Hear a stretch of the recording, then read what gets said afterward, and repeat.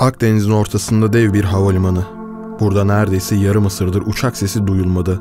1974 yılının 20 Temmuz günü son yolcular pasaport kontrolünden geçip adaya girdikten sonra tek bir yolcu uçağı bu havalimanını kullanmadı. Burası Kıbrıs Barış Harekatı'ndan bu yana terk edilmiş vaziyette duran bir uluslararası havalimanı. Kuzey Kıbrıs ile güneyi ayıran ara bölgede Birleşmiş Milletler kontrolünde. Kıbrıs'a yaptığım son seyahatte bir kitap satın aldım. Son İniş bu kitabın ismi. Tahmin edebileceğiniz gibi Nikosya Havalimanı'nın hikayesini anlatıyor ve bu kitapta benim Nikosya Havalimanı ile ilgili ilk kez duyduğum, ilk kez okuduğum, öğrendiğim bazı detaylar vardı. Aranızda da belki bu detayları bilmeyenler, duymayanlar vardır diye, ki muhtemelen olacaktır. Çünkü Türkiye'de çok kolay bulabileceğiniz bir kitap, bir kaynak değil bu. Yepyeni bir Nikosya Havalimanı videosu hazırlamaya karar verdim. Kaynak olarak da bu kitabı seçtim. Uzun zaman sonra havacılık tarihiyle ilgili bir videoyla karşınızdayım. Özellikle eskilerin özlediği tarzda bir videoyla karşınızdayım. Hadi başlayalım. Kıbrıs'ın İngiliz kontrolünde olduğu yıllarda Kraliyet Hava Kuvvetleri'nin kullanması amacıyla bir hava üssü kuruldu. Burası sonradan Nikosya Uluslararası Havalimanı olacak yerdi ve 1930 yılında açıldı. Özellikle 2. Dünya Savaşı'nda müttefiklerin çok işine yarayan bir meydan haline geldi Nikosya. Hatta daha önce hikayesini anlattığımız Hadley Sarem uçağının nihai hedefi de burasıydı. Bu Amerikan bombardıman uçağı Romanya'yı bombaladıktan sonra Nikosya Havalimanı'na dönecekti. Ancak başaramadı ve Türk karasularında düştü.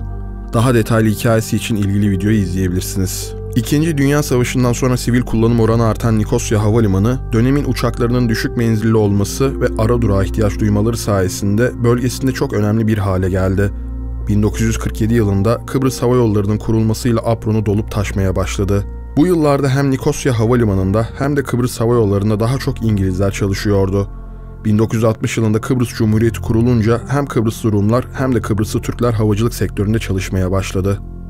1960 yılında Kıbrıs Cumhuriyeti'nin kurulması dışında diğer bir önemli gelişme de yolcu uçaklarının jet çağına geçişiydi.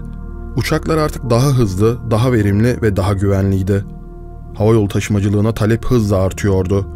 Tüm bu gelişmelerin beraberinde 1966 yılında İngiliz Kraliyet Hava Kuvvetleri Nikosya Havalimanı'ndan çekilince yeni bir terminal inşaatı başlatıldı. İşte bugün ara bölgede hala ayakta olan havalimanı terminalinden bahsediyoruz. O reklam panolarının, check-in kontarlarının öylece durduğu o terminal. O dönem için bölgesinin en modern, en gelişmiş havalimanı terminallerinden bir tanesiymiş Nikosya Havalimanı'nın 1968 yılında açılan terminali. 1968 yılında Makaryos'un açılışını yaptığı terminal binasıyla Nikosya Havalimanı bölgesinin en modern terminal binalarından birine sahip oldu. Mısır'dan, Lübnan'dan, Yunanistan'dan, İngiltere'den ve Türkiye'den pek çok düzenli sefer gerçekleştiriliyordu. Hatta o dönem Nikosya Havalimanı'na sık sık uçuş yapan havayolu şirketlerinden bir tanesi Türk Hava Yolları'ydı. 1970'li yılların başına kadar hem İstanbul'dan hem de Ankara'dan Nikosya Havalimanı'na seferler düzenleniyordu. Aslında buraya kadar çok da fazla bilmediğimiz bir şey yok ama bundan sonrası kitapta benim de ilk kez duyduğum bazı detayları barındıracak. O yüzden bundan sonrası önemli. Ama kitaptaki detaylara geçmeden önce çok ufak bir duyuru yapmak istiyorum size. Biliyorsunuz geçtiğimiz Kasım ayında Kıbrıs Barış Harekatı Muharebe Alanları tur programına katılmıştım. Kıbrıs Barış Harekatı'nın gazi komutanları ve erleriyle muharebe alanlarını gezmiştik. Orada canlı anlatımlara, Kıbrıs Barış Harekatı'nın canlı tanıklarının o gün yaşadıklarına şahit olmuştuk hep beraber. Ve ben de bu tur programı kapsamında bazı videolar çekmiştim. Erenköy Grammar School, Tarihi Tank'ın gerçek hikayesi bu videolardandı. Teşekkür ediyorum, bu videolara hem çok ilgi gösterdiniz hem de bu videoların yorumlarında bu tur programı tekrar ne zaman gerçekleştirilecek gibi pek çok soru vardı. 20-25 Mart tarihleri arasında Muharebe Alanları tur programı gerçekleştirilecek. Daha sonra isteyenler için opsiyonlu artı 2 günümüz daha olacak. Bu 2 günde de Beşparmak Dağları'ndaki Boeing 727 enkazına çıkacağız ve Kıbrıs Maden Şirketi'nin sahalarını gezeceğiz. Bunlarla ilgili eminim ki bilgiye sahipsinizdir. Daha önce her ikisinin de videosunu çektim. Her ikisiyle ilgili de detayları anlattım. Açıklama kısmına gereken bütün bilgileri bırakacağım. Nasıl katılım yapacağınızla ilgili bir telefon numarası bırakacağım. Oradan zaten detaylı bütün bilgileri alabilirsiniz Yiğit Bey'den. Şimdi devam ediyoruz. Kitabın yazarı Adamos Kombos, Limassol'le yaşayan ve Kıbrıs'ın yakın tarihine canlı tanıklık etmiş bir Rum. Nikosya Havalimanı ile ilgili bir kitap yazma konusunda ilhamını ise bir zamanlar Kıbrıs Hava Yolları'nda da çalışmış yeğeni kaptan pilot Adamos Marneros'tan almış. Kaptan Marneros aynı zamanda Nikosya Havalimanı'na son inişi yapan pilot. Kitapta Kıbrıs Barış Harekatı'nı biraz da diğer tarafın gözüyle görüyoruz. Bunun yanında 1974 Kıbrıs Barış Harekatı'na dair Nikosya Havalimanı özelinde çok farklı detaylar var. Mesela 19 Temmuz 1974 günü akşam üzeri saatlerinde Beyrut'tan Nikosya'ya gelen bir Kıbrıs Hava Yolları uçağının pilotları Akdeniz'de Kıbrıs'a doğru gelen Türk donanmasını görüyor ve durumu rapor ediyor. Yine ilginç bulduğum bir başka detay da şu: 14 Temmuz'u 15 Temmuz'a bağlayan gece Kıbrıs Hava Yolları'na ait bir yolcu uçağı boş olarak Atina'ya gidiyor ve 15 Temmuz 1974 günü sabaha karşı sivil giyinimli 60 adamı adaya getiriyor. Aynı gün Kıbrıs'ta Nikos-Samson darbesi gerçekleşiyor. Yazar adaya gelen 60 adamın darbeyi örgütleyen Yunan subayları olduğunu ve Kıbrıs Hava Yolları'nın da bu işe alet edildiğini anlatıyor. 15 Temmuz 1974 tarihinde yaşanan darbe çok önemli bir kırılma noktasıydı. 15 Temmuz'dan sadece 5 gün sonra, yani 20 Temmuz 1974'te adaya Türk ordusu çıkartma yaptı ve o 15 Temmuz'a, yani darbe ile çıkartma arasında geçen süreç Nikosya Havalimanı'nın hem son günleriydi hem de en yoğun günleriydi. 15 Temmuz 1974 tarihinde gerçekleşen darbeden 3 gün sonra 18 Temmuz 1974'te Nikosya Havalimanı ve Kıbrıs Hava Yolları normal düzeniyle çalışmaya başladı. Darbeciler dünya kamuoyunu her şeyin yolunda olduğuna, gerçekleşen darbe sonrasında her şeyin normale döndüğünü ikna etmeye çalışıyordu. Bunun yanında adadaki turistler bir an önce Kıbrıs'ı terk etmek istiyor, turistlerin mensup olduğu devletler de bunun sağlanması için darbe yönetimine baskı yapıyordu. Turistlerin bir an önce adayı terk etme çalışmalarının sebebi adada darbe olması değildi, beklenen Türk müdahalesiydi. Yazarın yeğeni ve Nikosya Havalimanı'na son inişi yapacak olan pilot Kaptan Marneros, 18 Temmuz 1974 günü planlanan Nikosya-Londra seferiyle Kıbrıs Hava Yolları'nın CY-317 sefer sayılı uçuşunu Atina aktarmalı olarak Londra'ya götürmüştü. Uçakta jumpseatler dahil tüm koltuklar doluydu. Kaptan ailesini de Londra'ya götürüyor, adada yaşanacak olası savaştan uzak tutmak istiyordu. 18 Temmuz günü akşam üzeri Londra Heathrow Havalimanı'na vardılar. Ekip bir gün Londra'da yatacak ve tekrar Nikosya'ya dönecekti. Kaptan Londra'da bir yandan gelişmeleri takip ederken bir şekilde İngiliz Dışişleri Bakanlığı'na ulaşmış ve Türk müdahalesinin ne zaman gerçekleşeceğini sormuştu. Tarih konusunda elbette net bir yanıt alamasa da adaya müdahalenin kesin olduğu cevabını almıştı. Yaptığı ilk şey Kıbrıs'a telefonla ulaşıp Londra-Nikosya seferinin iptal edilmesini önermek oldu. Amacı Kıbrıs Hava Yolları için çok değerli olan Trident yolcu jetinin savaştan zarar görmesini engellemekti. Talebi Kıbrıs Hava Yolları yöneticileri tarafından reddedildi. Londra-Nikosya seferi normal olarak gerçekleştirilecekti. Bir gün sonra 19 Temmuz 1974 günü akşam üzeri saatlerinde 5 Bravo Delta Alpha Echo tescilli Trident uçağını teslim alan Londra ekibi kalkışa hazırlanıyordu. Kaptan Marneros, Heathrow'dan bir kez daha Kıbrıslı yöneticilere ulaşıp seferin iptal edilmesini istedi. Teklif yine reddedildi. Bu Nikosya Havalimanı'na yapılacak son sefer olacaktı. Son seferin sadece 7 yolcusu vardı. 2 aile, 2 çocuklu bir Kıbrıslı Türk aile ve tek çocuklu bir Kıbrıslı Rum aile. Bu insanlar Nikosya Havalimanı'nın son yolcularıydı ve kim olduklarını sahiden çok merak ediyorum.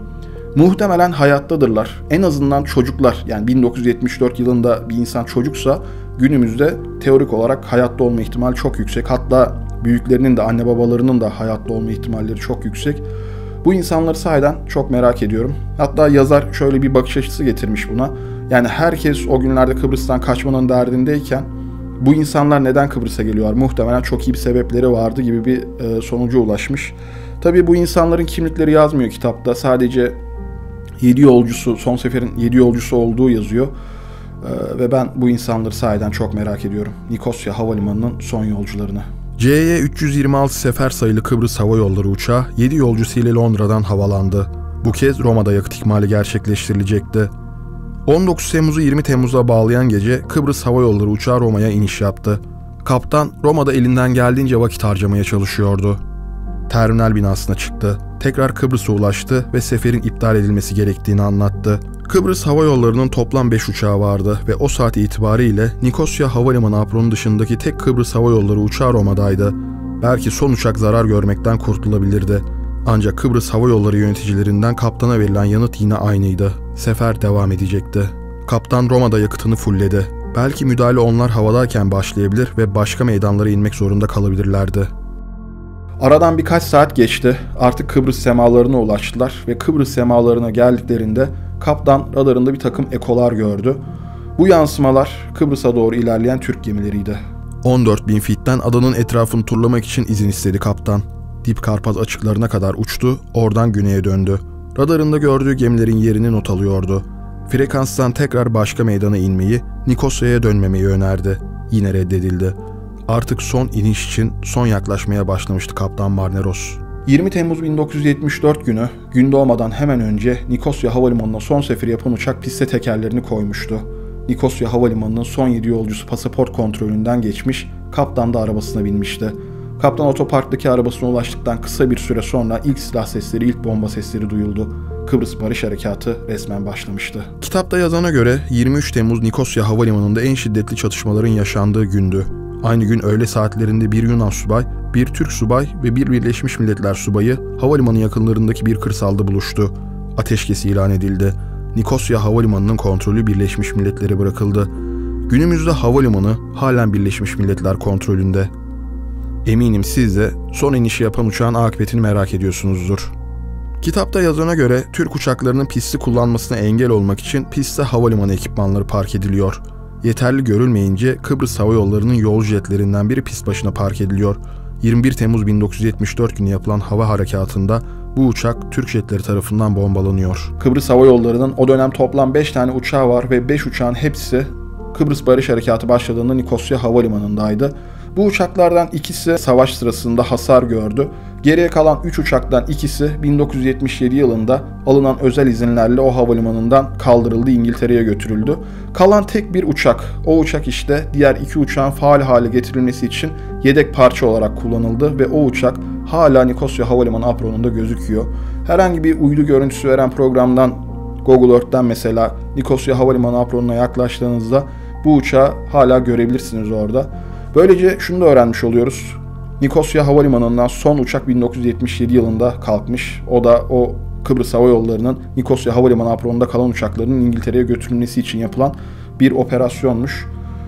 Çok güzel detaylar. Bunlar sahiden çok güzel detaylar. Eğer kitabı bulabilirseniz okumanızı öneriyorum. Çünkü belki benim dikkatimi çekmeyen, bana ilginç gelmeyen detaylar size ilginç gelmiştir. Ya da bir YouTube videosunda koca kitabı ne kadar özetleyebilirim.